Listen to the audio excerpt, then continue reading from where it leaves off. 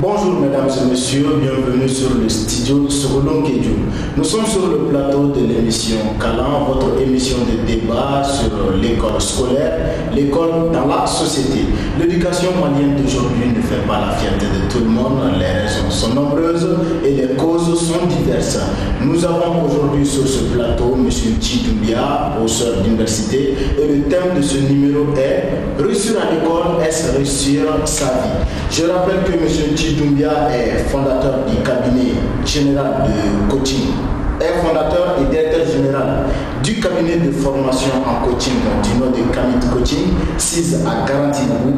Vous intervenez en développement personnel, leadership, gestion du stress et prise de parole en public. Et votre slogan c'est « Nous vous aidons à faire ce que vous devez faire pour aller de l'avant ». Pour commencer, expliquez-nous un peu ce slogan. Alors, ce slogan, c'est « Nous vous aidons à faire ce que vous devez faire pour aller de l'avant ». Ça veut dire que notre travail de coaching, notre travail de formation, c'est une aide au développement personnel. Donc, c'est un travail de co-construction, c'est-à-dire nous construisons avec la personne intéressée des solutions à son problème.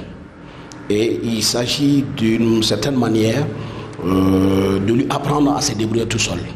Donc ça veut dire que peu importe ce qu'il y a lieu de faire pour aller de l'avant, la personne elle-même doit faire quelque chose. Donc ça veut dire nous faisons notre part, la personne doit faire sa part.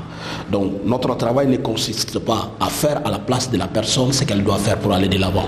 Donc nous intervenons en tant qu'aide pour aider maintenant la personne à faire ce qui est nécessaire pour aller de l'avant. Donc nous ne pouvons pas travailler à la place de la personne, nous ne pouvons pas fournir des efforts nécessaires, d'accord, à la place de la personne. Donc nous intervenons en tant qu'aide pour que la personne puisse savoir ce qu'il y a lieu de faire et pour qu'elle puisse désormais faire ce qu'il faut pour aller de l'avant. Donc c'est un travail de co-construction. Donc je peux définir notre travail comme un processus par lequel on aide quelqu'un à se débrouiller tout seul. Ça veut dire lorsqu'on te coach, lorsqu'on te forme, normalement tu dois être en mesure de faire ça par toi-même désormais sans l'aide d'une autre personne. Donc, parce que la véritable aide, c'est celle qui nous aide à nous passer de l'aide, comme disait Thomas Sankara. Donc nous sommes également dans cette logique-là. D'accord. Voilà. Alors professeur, dans vos formations, vous faites des formations en développement personnel. Effectivement. Qu'est-ce que c'est que le développement personnel?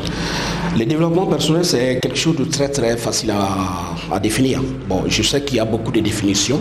Si par exemple vous cherchez sur les nets, qu'est-ce que c'est que le développement personnel, vous allez trouver au minimum 1000 définitions. Mais pour faire simple, le développement personnel, c'est le développement de soi-même par soi-même. Parce qu'il y a deux termes, il y a développement, il y a personnel. Donc nous savons que développement, ça veut dire croissance, ça veut dire amélioration, ça veut dire changement, mais changement pour le meilleur. Et personnel, ça vient de soi-même. Donc il s'agit de développement de soi-même. Donc l'amélioration de soi-même, croissance de soi-même. Donc le développement personnel, c'est le développement de soi-même par soi-même et nous ajoutons pour soi-même. Parce que l'amélioration que nous voulons obtenir, les changements que nous voulons obtenir dans la vie, c'est pour nous-mêmes d'abord, même si je sais que ça peut profiter à d'autres personnes après. Donc le développement personnel, c'est tout simplement l'amélioration de soi-même par soi-même et pour soi-même. Oui. Je rappelle que le thème de ce numéro est réussir à l'école, est-ce réussir sa vie? Effectivement. Première question, est-il important d'être à l'école? Très important. C'est très très important d'être à l'école. Vous savez, nous avons grandi avec un imaginaire, d'accord? Et cet imaginaire, c'était que nos parents nous avaient mis à l'école pour que nous soyons épargnés. Alors qu'est-ce que les parents ont voulu qu'est-ce que les parents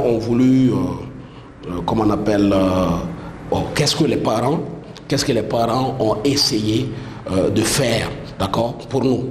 Les parents nous ont épargné l'obscurité. Parce que l'ignorance, c'est l'obscurité.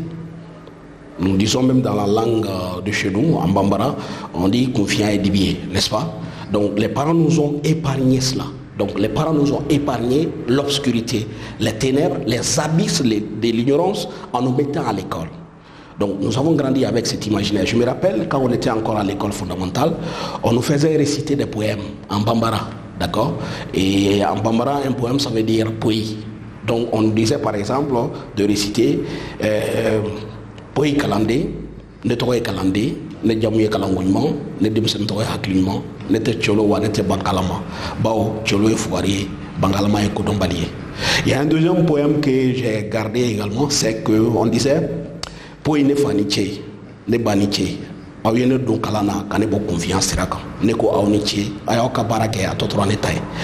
nous avons grandi avec cet imaginaire là. Donc nous avons considéré dès le début que l'école c'était la chose la plus importante. Aujourd'hui encore je sais que l'école c'est la chose la plus importante. Donc moi je dis que c'est une chance d'être à l'école. C'est une chance, une grande chance, quand nous connaissons le nombre d'enfants qui ont été privés de cela sans raison valable. Le nombre d'enfants qui n'ont pas eu la chance d'aller à l'école. Il y en a encore dans la société malienne. Il y en a partout dans le monde. Donc ce sont des gens qui ne sont pas allés à l'école parce que peut-être les circonstances les ont fait naître dans des milieux où les gens ne comprenaient pas l'importance de l'école. Et aujourd'hui, ils regrettent. D'accord? Donc l'école nous a permis d'avoir un certain privilège. Le privilège d'apprendre, de comprendre et d'entreprendre. Donc le privilège de sortir de l'ignorance. D'accord? Donc je pense que l'école c'est une grande chance. Toute personne qui est à l'école, ou bien toute personne même qui a fini avec l'école, doit comprendre qu'elle a eu une grande chance dans la vie. Mais Paulo Coelho dit que quand la chance est de notre côté, nous devons en profiter et de l'aider de la même manière qu'elle nous aide. C'est-à-dire nous devons aider la chance à nous aider. Parce qu'il y a beaucoup de gens qui ont eu cette chance, mais ils n'en ont rien fait. D'accord? Donc nous devons faire quelque chose de cette chance-là. Et alors qu'est-ce que nous devons faire de l'école? Nous devons permettre à l'école de nous apprendre ce que nous avons besoin d'apprendre pour sortir déjà de l'ignorance, pour développer des compétences et par la suite nous préparer à réussir notre vie. Okay. Oui. Alors, au vu aussi de tous ces souvenirs que vous avez de l'école, oui. Qu'est-ce que l'école vous a apporté concrètement? L'école m'a apporté beaucoup de choses. Alors déjà, l'école m'a appris à lire, l'école m'a appris à écrire.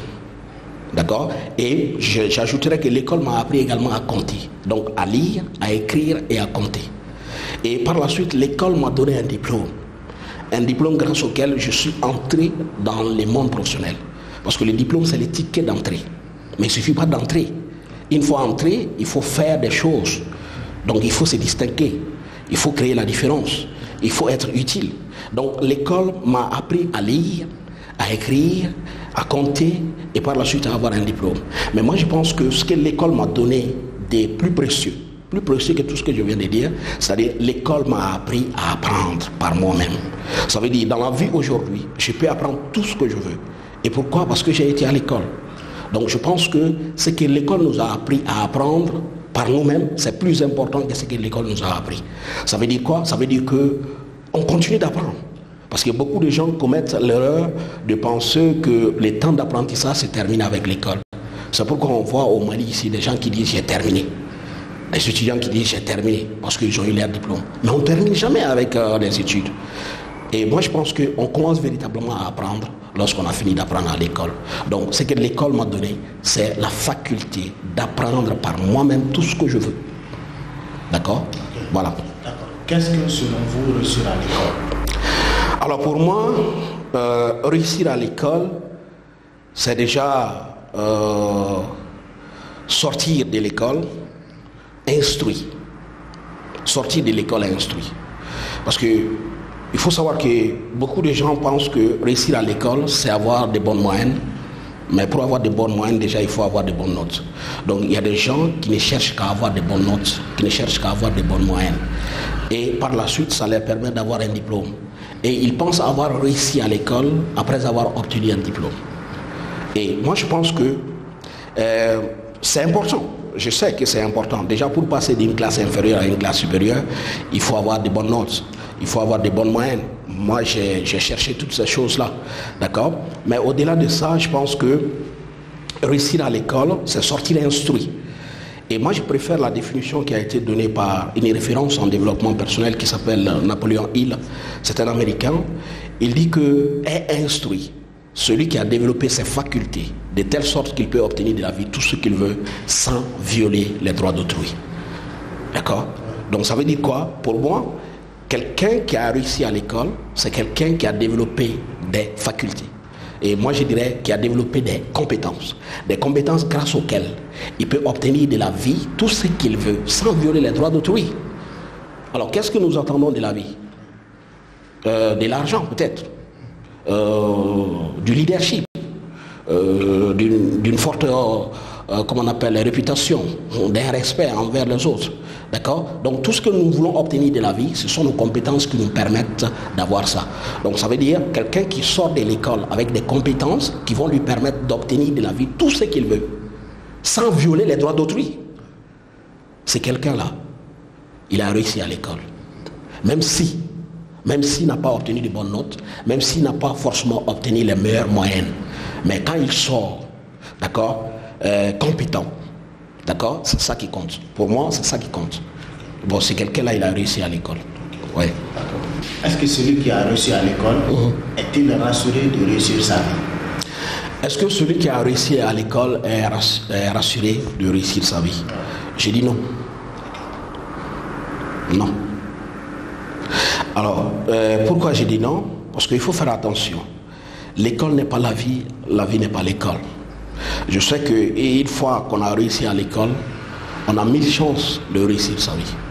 Mais il ne faut surtout pas penser que c'est déjà un acquis, que le succès est déjà un acquis. Non. La vie réelle, elle est différente de l'école. Et si je vois par exemple les cas de l'école malienne, vous allez voir que l'école malienne est parfois totalement en déphasage avec la réalité du monde professionnel. Ça veut dire quoi? Ça veut dire que ce qu'il faut parfois pour réussir à l'école n'est pas ce qu'il faut pour réussir sa vie professionnelle. D'accord? Par exemple, pour avoir des bonnes notes, pour avoir des bonnes moyennes, et pour peut-être avoir même des compétences, parce que bon, j'ai une vision spécifique de ce que c'est que réussir à l'école, comme je viens de le dire. Alors, on nous demande d'apprendre nos leçons, de faire des exercices, et surtout l'école nous permet de développer notre mémoire. D'accord? Ouais. Donc ça veut dire quoi? Très généralement, les gens sortent de l'école après avoir développé leur mémoire. Mais dans la vie professionnelle, il ne suffit pas d'avoir une bonne mémoire, il faut également avoir une imagination créatrice. Et je pense que jusqu'à présent, l'école ne met pas assez l'accent sur ça. Et au-delà de cela, c'est à peu près ce que nous enseignons. L'école ne nous apprend pas forcément à avoir confiance en nous-mêmes, à être courageux, à être persévérant et à avoir une capacité relationnelle à avoir le leadership. Donc c'est ce que le développement personnel apporte aujourd'hui. Parce que je pense qu'on a besoin de deux sortes de compétences pour réussir sa vie. Les compétences techniques et les compétences humaines. D'accord? Donc les compétences techniques, il s'agit de ce que l'école nous donne, les savoir-faire. Parce que le but de l'école, c'est de nous transférer un savoir-faire. Et c'est grâce au savoir-faire, d'accord, que nous pouvons réussir notre vie professionnelle. Mais il se trouve que le savoir-faire n'est pas suffisant. Donc il faut également avoir ce qu'on appelle les savoir-être. Il faut avoir des compétences humaines. Et les compétences humaines sont ce que je viens de citer là. Avoir confiance en soi, avoir une bonne estime de soi, être persévérant, être courageux, être audacieux, avoir une capacité relationnelle, c'est-à-dire être capable d'établir des bonnes relations avec les gens, peut-être qui peuvent nous aider à aller de l'avant, et par la suite avoir le leadership. Donc tu vas voir que l'école ne nous a pas appris, d'accord, à avoir ces compétences humaines-là. Ça veut dire une fois qu'on finit l'école, pour réussir sa vie, il faut également développer des compétences humaines. Et heureusement, le développement personnel est là pour ça. C'est pour nous permettre de développer ce que l'école ne nous a pas donné, mais qui est aussi important. Et je dirais même, il y a un auteur que vous connaissez, c'est Dale Carnegie. D'accord? Dale Carnegie, dans son livre « Comment trouver les leaders en vous », il dit que les compétences techniques comptent seulement pour 15% dans la vie professionnelle. Dans la réussite professionnelle, les compétences techniques comptent seulement pour 15%. Alors, il dit que les compétences humaines comptent pour 85%. Bon, il s'agit d'un résultat qui a été obtenu à la suite des études qui ont été réalisées aux États-Unis. Mais moi, je dirais que même au Mali, ici, on peut trouver une certaine moyenne, je pense que c'est 50-50. Donc si tu as 50% de savoir-faire, il faut par la suite avoir 50% des compétences humaines. Donc réussir à l'école, c'est déjà très bien, ça nous donne beaucoup de chances, mais on n'est jamais rassuré de réussir, comment on appelle, sa vie. Parce que l'apprentissage continue. Donc il faut continuer à développer des compétences. Et surtout, une fois qu'on a fini avec l'école, il faut développer des expériences. Donc il faut savoir que la vie elle-même, c'est une autre école qui est différente de la première école que nous avons fréquentée. Okay. Oui. Alors, est-ce que celui qui a échoué à l'école est condamné à échouer sa vie? Non, pas forcément. Il n'est pas condamné à échouer sa vie. D'accord?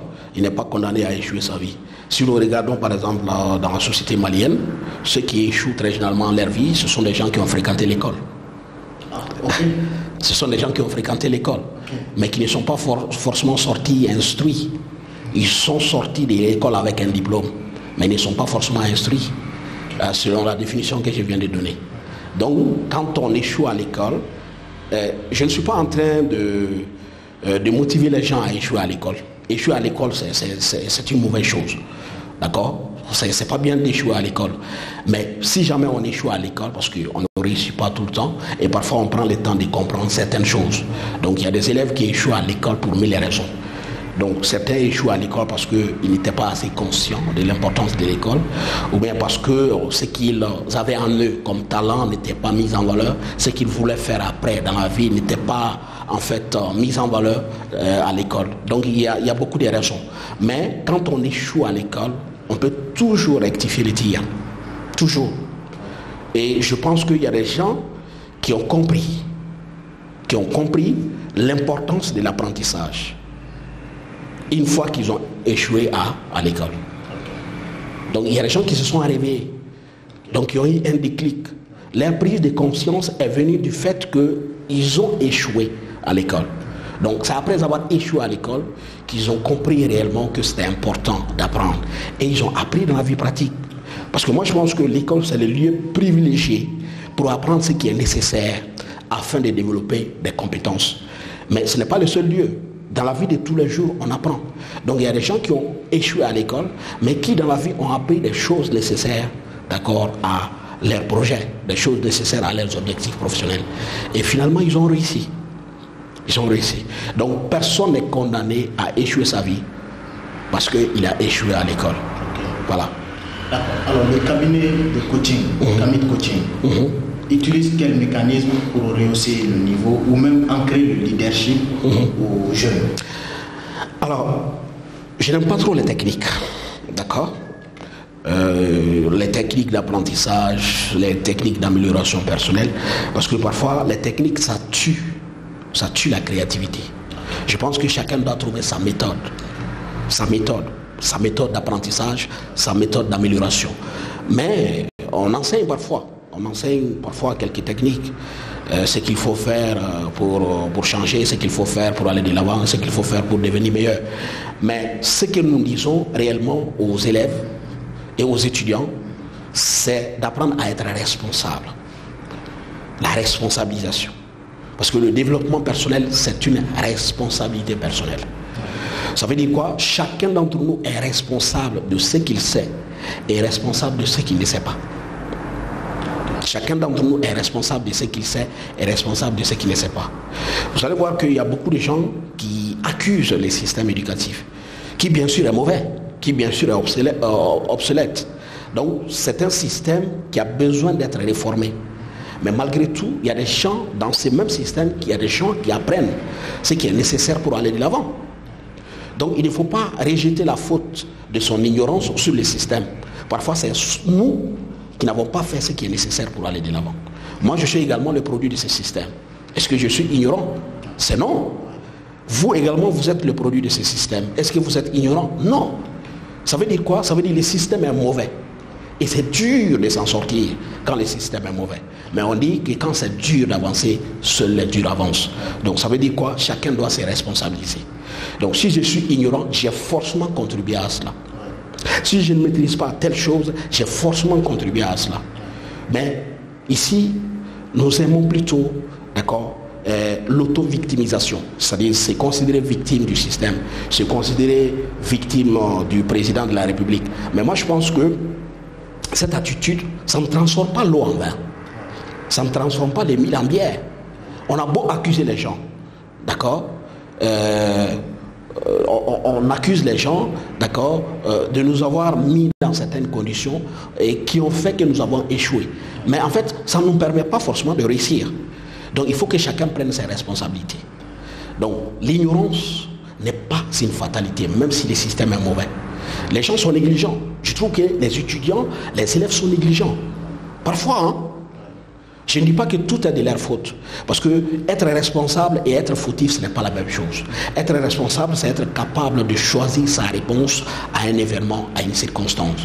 Par exemple, le système est mauvais, mais je choisis de ne pas me laisser condamner à l'ignorance à cause de la mauvaise qualité du système. Ça, c'est être responsable.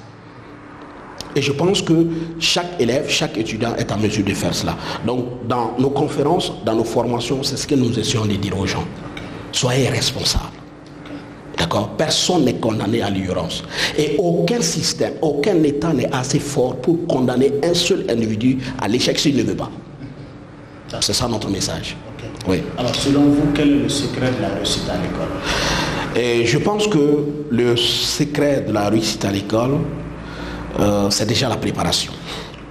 Parce que vous savez, à l'école, il y a déjà, comme on appelle, les différentes évaluations. N'est-ce pas? On a les devoirs, on a ce qu'on appelle les compositions et par la suite on a des examens nationaux. Et moi je pense que le secret c'est la préparation.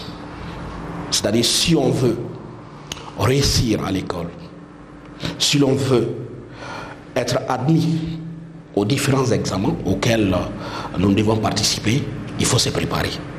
Et se préparer, c'est se préparer à temps en fait. D'accord?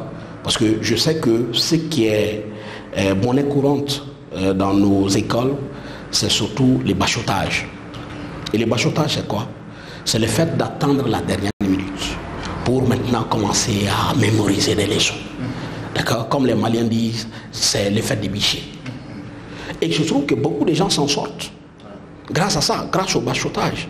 C'est-à-dire, il ne suffit pas, bon, ou bien on peut ne pas comprendre réellement ce qu'on a appris par cœur. Donc on apprend par cœur et pendant maintenant les différentes évaluations, on essaie de vomir.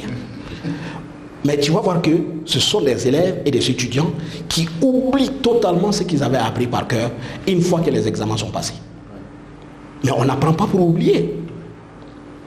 On apprend pour garder. Parce qu'on n'apprend pas pour les notes. Même si les notes sont importantes. On n'apprend pas pour les moyennes. Même si les moyennes sont importantes. On apprend pour la vie. Quelqu'un qui apprend pour oublier, il n'a pas appris. D'accord? Donc le secret c'est de se préparer et se préparer à temps. Et en moment on dit ça, sommier, il faut que moi sommier n'est qu'à gagner. C'est-à-dire, dès le début de l'année, on commence à se préparer. Et quand on se prépare à temps, on gagne du temps. D'accord? Et par exemple, on donne, c'est-à-dire à la veille de chaque évaluation, on donne un temps aux élèves et aux étudiants de réviser. Mais beaucoup de gens ne révisent pas. Parce que c'est en ce moment-là qu'ils commencent à apprendre. Et réviser, ça veut dire revenir sur ce que j'ai déjà appris. N'est-ce pas?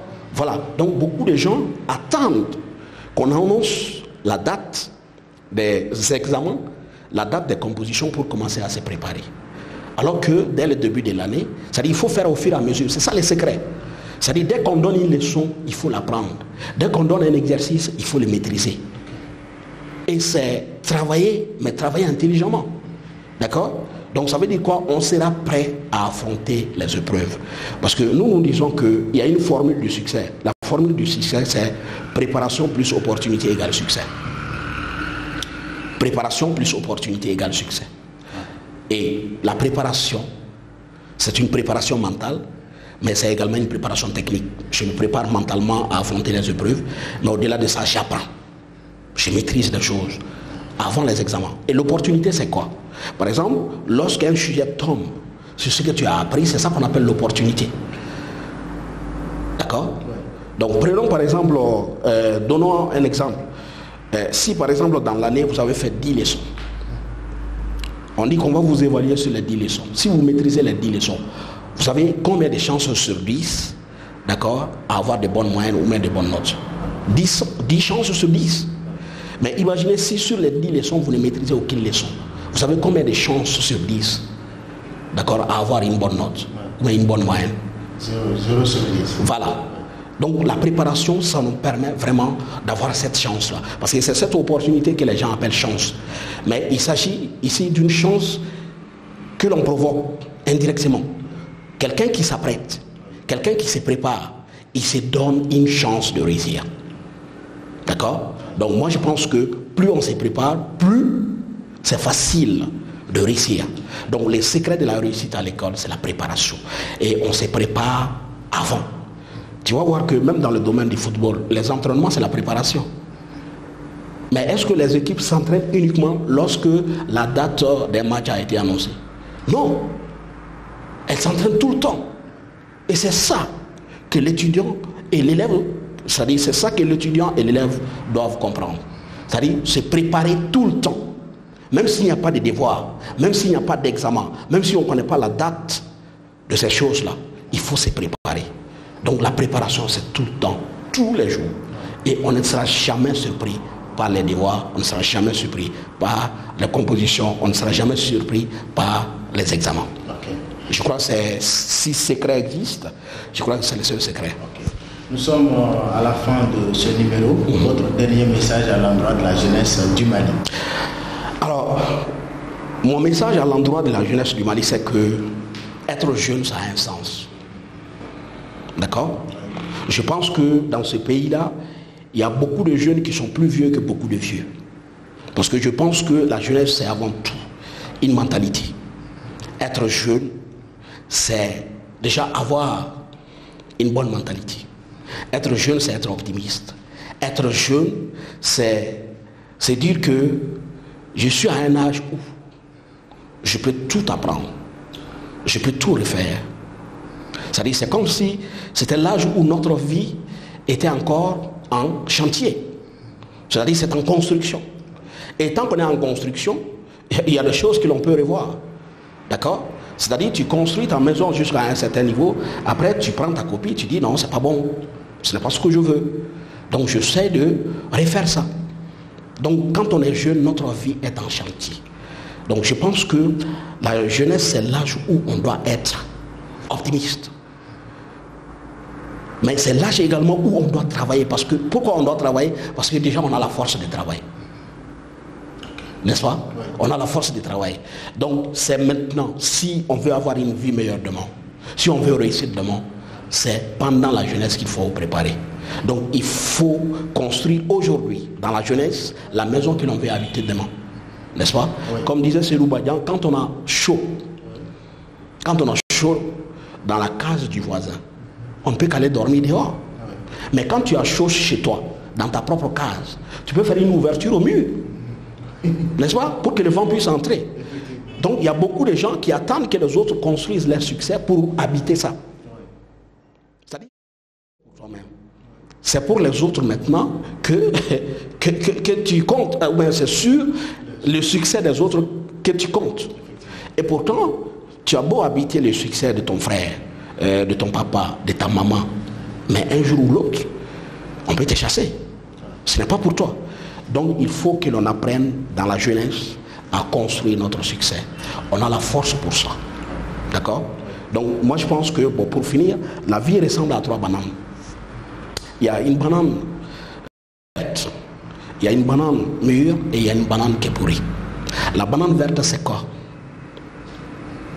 La banane verte, ça correspond à ce qui n'est pas encore arrivé à maturité. C'est l'enfance. On peut appeler ça l'enfance. D'accord? Et la banane mûre, c'est le moment présent, maintenant. D'accord? C'est le moment présent. Ça veut dire quoi? Ça, c'est la jeunesse, notre jeunesse en nous. C'est-à-dire, si nous n'en faisons pas quelque chose, elle va pourrir. Et la banane pourrie, moi j'appelle ça la vieillesse.